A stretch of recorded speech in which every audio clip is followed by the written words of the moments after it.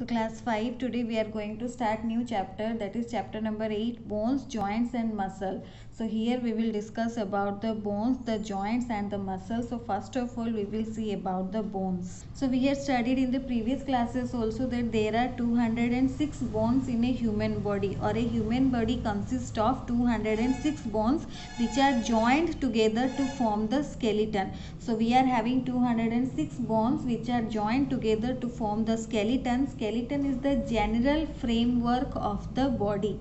So depending on the skeleton only our body structure is defined. So skeleton can be considered as the general framework of the body. And in the skeleton, some bones are small, some are long, some are strong, some are tall, while some are short and curved. So some are small and irregular. So many different types of bones are there. So most of the short bones, they are solid, but many of the long bones, they are hollow.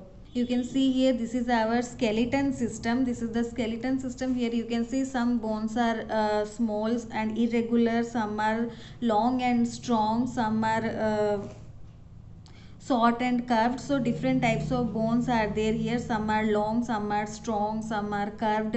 So different types of bones are here. So this is why this is our skeleton system. And here short bones are solid, but the long bones, these are hollow bones. If we will see the function of bones, then the bones give a definite shape and support to the body. They provide a surface for the attachment of muscles, because muscles are attached to the bones. So the bones provide surface for the attachment of the muscles.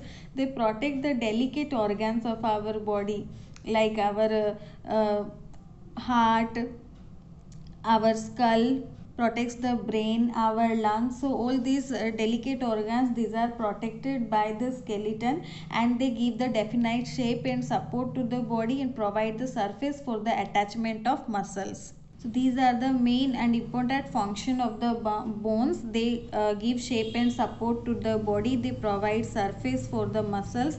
They protect the delicate organs. So now we will see the human skeleton is having different parts. So we will see some of the parts we will discuss of the human skeleton. So first of all we will see, discuss about the skull. So the skull, it is composed of 8 thin bones joined closely together. They form a bony box that is called cranium. The bony box that is called cranium, it protects the most important organ of our body, that is brain.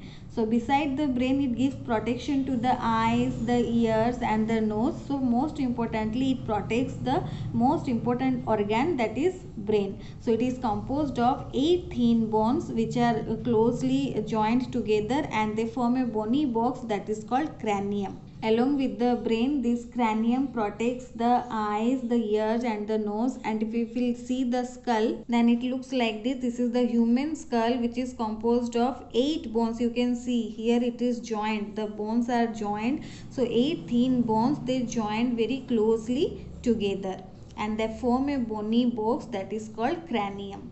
Next is our rib cage. So rib cage consists of 12 pairs of nicely curved flat bones forming a cage like structure. That is why it's called as rib cage, because 12 pairs of bones are nicely curved, flat bones. They are nicely curved and they are forming a structure like cage like structure.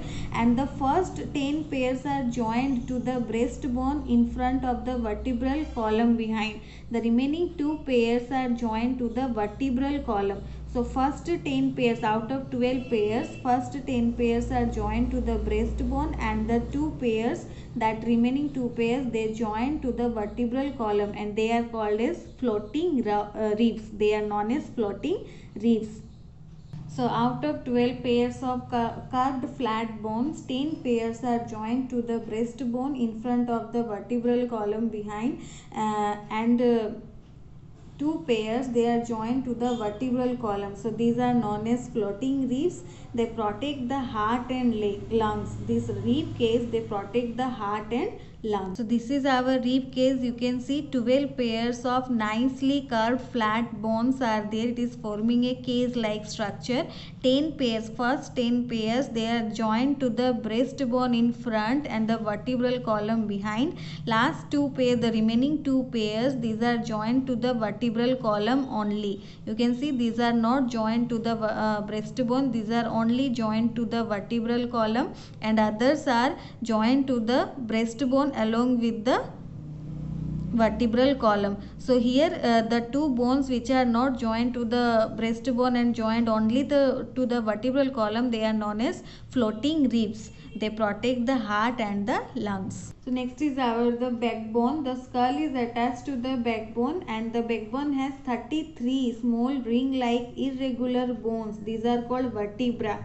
So it has 33 ring-like bones, that is known as vertebra, and each bone is placed over the other, forming a long column that is called vertebral column. So this vertebral column, it protects the spinal cord. It also supports the head, the neck and the body. So here the 33 small ring-like bones, these are known as vertebra, and they are forming a long column that is called the vertebral column. It protects the spinal cord and also supports the head, neck and the body. And if we will see the vertebral column, then it looks, you can see the vertebral column, and it has 33 small ring-like structures, irregular ring-like structures, bones are there. So these are known as vertebra.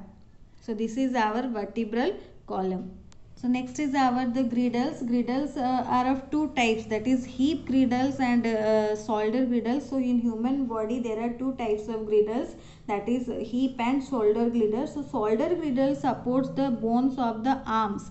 It supports the bones of the arms. It consists of a triangular shoulder bone that is called scapula and a collar bone that is called clavicle. The collar bone attaches the shoulder bone to the breastbone and the sternum. So if you will see the shoulder girdle, then the shoulder bone supports the bones of the arms, the triangular shoulder bone that is called scapula, and the collar bone that is called clavicle.